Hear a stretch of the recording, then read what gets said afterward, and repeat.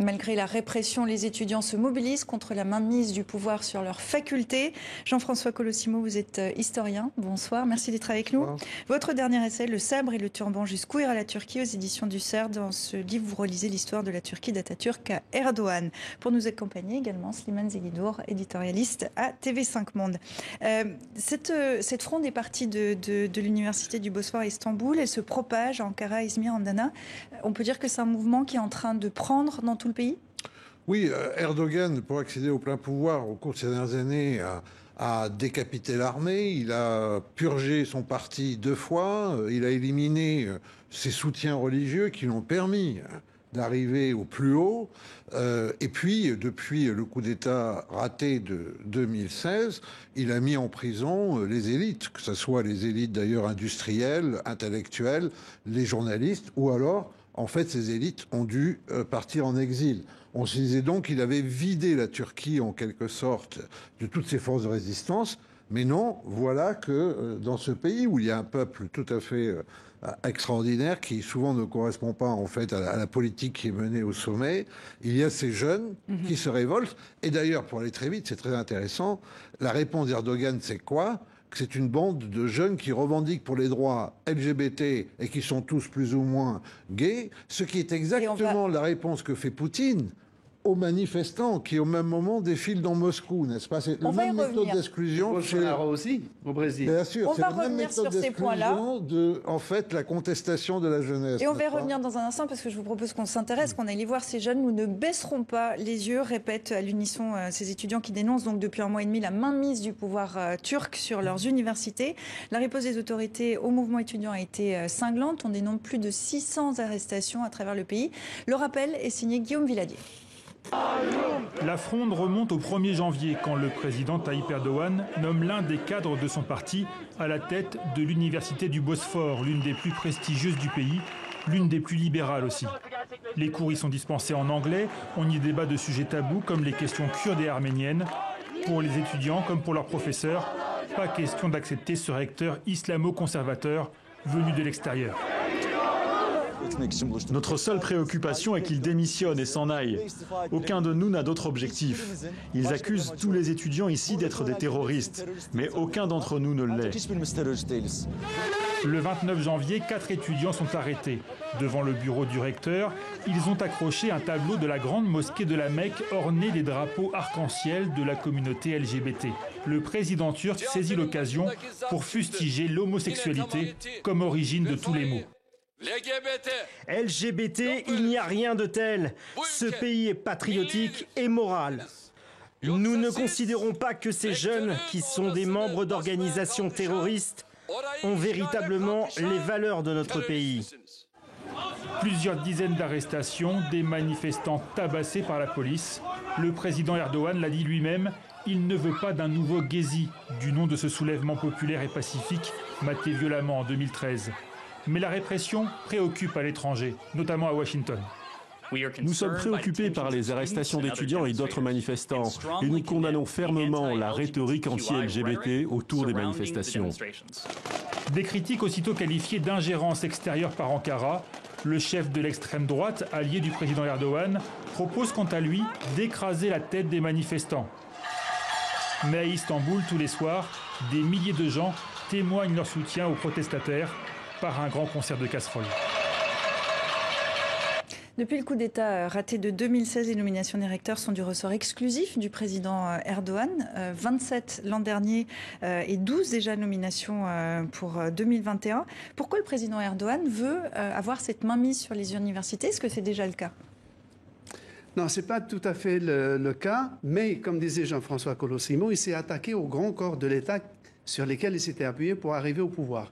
Là, il s'attaque à l'université et un des symboles, une des pépinières des élites turques, c'est l'université francophone de Galatasaray, fondée à l'époque de Napoléon III. Ça, c'est quoi? C'est une réponse à Emmanuel Macron dans la bisbille qui les oppose? Il y a certainement de cela, mais il tape sur les Turcs en croyant par ricochet faire ombrage au président français.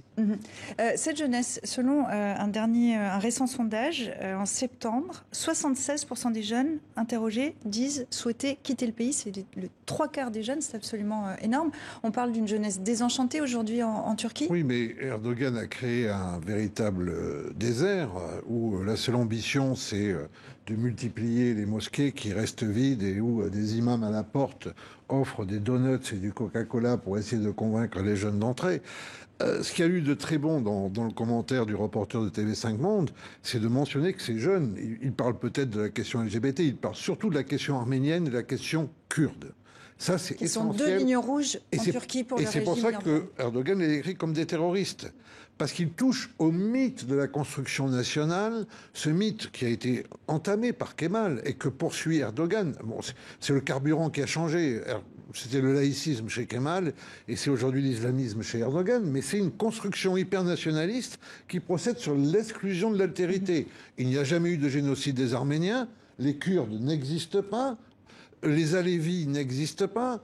Tout ce qui est étranger à cette construction identitaire doit être rejeté comme menaçant de l'intérieur. C'est pour ça que le titre de sultan qu'on lui donne parfois est trop aimable pour lui. Car les sultans étaient entourés de diplomates juifs, arméniens, kurdes, arabes, serbes ou polonais. Alors messieurs, il y a le mythe, mais il y a aussi la réalité. La réalité, c'est que les jeunes sont plus durement touchés par le chômage. On parle d'un taux de chômage de 27% chez les jeunes. Il est 13% pour la moyenne nationale. Est-ce que ça veut dire qu'aujourd'hui, le régime hyper-présidentiel de Recep Tayyip Erdogan n'a rien à leur offrir? Qu'est-ce que ce régime fait pour les jeunes? Il a été, en dehors du fait que nous le voyons aujourd'hui comme un autocrate qu'il est, il a été pour les Turcs deux choses.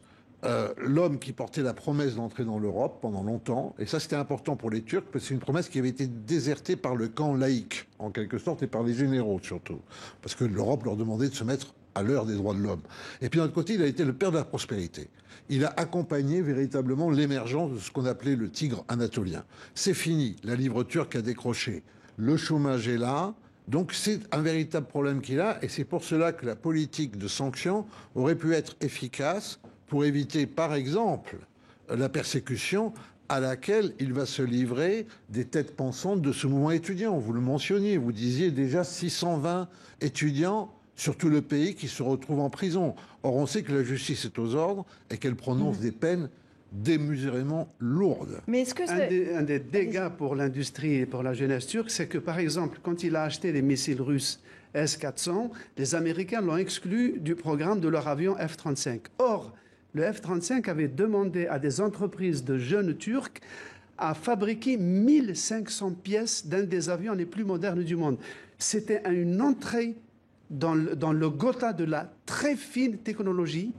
Eh bien, ces entreprises sont aujourd'hui exclues de ce programme et les jeunes sortis de Polytechnique sont au chômage et n'ont plus aucun avenir de ce côté. Mais est-ce que là, avec cette répression de ce mouvement estudiantin, il y a l'idée de faire diversion justement de cette situation économique qui est extrêmement dégradée, mais pas que? L'aventurisme militaire et belliciste lui a permis de faire diversion pour assurer sa base hypernationaliste. Ça a été tout ce festival d'intervention en Irak, en Syrie, en Libye, cette volonté de s'installer au Liban, en Afrique de l'Ouest, son intervention maritime dans la mer Égée cet été, et puis évidemment le soutien militaire très fort qu'il a apporté aux Azerbaïdjanais dans l'affaire du Haut-Karabakh.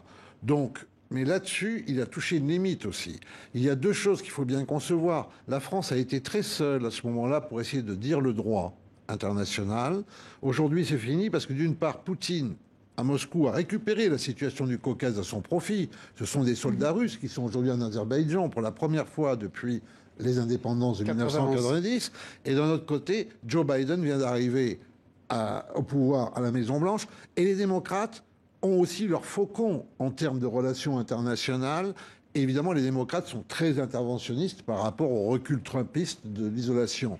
Donc il a du souci à se faire et c'est pour ça qu'il essaie de se refaire une virginité en ce moment avec l'Europe. Il repropose un nouveau Mais est-ce qu'il essaie de faire diversion aussi sur les questions peut-être plus nationales? Récente exécution vraisemblablement par le PKK de 13 membres des forces de sécurité turques en Irak. Est-ce que justement se focaliser... Est-ce qu'il le fait sur cette répression estudiantine? C'est une façon de faire diversion et d'oublier les problèmes économiques et les autres problèmes. Oui, en partie, mais il n'est pas... Mais il fait diversion peut-être pour lui-même ou l'opinion extérieure, mais à l'intérieur, les gens sont au courant du jeu, ils le connaissent maintenant, ça fait 20 ans qu'ils le pratiquent.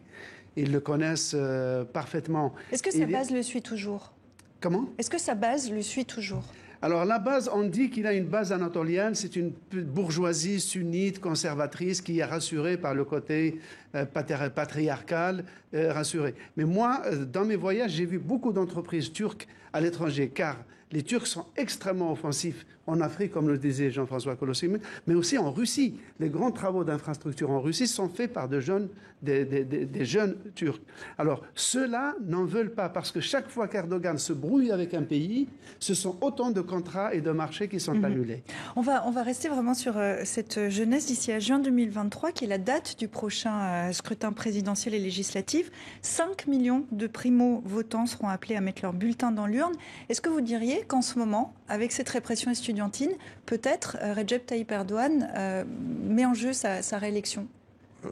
Écoutez, je ne crois pas, parce que aux dernières élections, il lui a suffi en quelque sorte d'attiser le foyer kurde pour arriver à renverser la situation. Il y a eu des élections qui lui étaient pas favorables, où le HDP, le fameux parti kurde, mais qui rassemble au-delà des Kurdes, qu'on aurait tort de résumer à un parti simplement national, parce qu'aujourd'hui il attire beaucoup de Turcs qui ne sont pas kurdes, et rassemble beaucoup d'oppositions diverses. Bon, il avait raté son coup, il a fait annuler les élections. Je dirais que quand même on est dans un cas de figure où le peuple turc pourrait être appelé à voter autant de fois qu'il faut jusqu'à ce qu'il vote à la manière dont l'attend son président. Slimane, je vous laisse réagir. Vous êtes d'accord? Oui, bien sûr, complètement d'accord avec Jean-François. Ce que je veux dire aussi, c'est qu'il y a un symbole.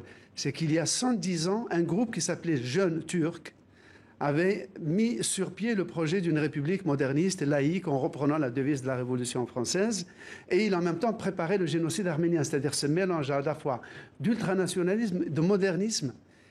Et 110 ans après, quand j'ai entendu les jeunes Turcs d'aujourd'hui, la jeunesse turque, je me dis que peut-être à 2 ans de la célébration du centenaire de la République, peut-être qu'une nouvelle génération de jeunes Turcs vont libérer la Turquie de ses obsessions nationalistes et isolationnistes. Il faut l'espérer, il faut surtout que nous soyons en phase avec ces jeunes, avec les écrivains, les artistes, les journalistes exilés, avec toutes ces forces vives, et en étant clair sur un point, qui est un point qui n'a jamais été clair depuis Atatürk, et que Erdogan continue à sa façon, c'est que être européen, ce n'est pas simplement l'électricité, la technique, les usines.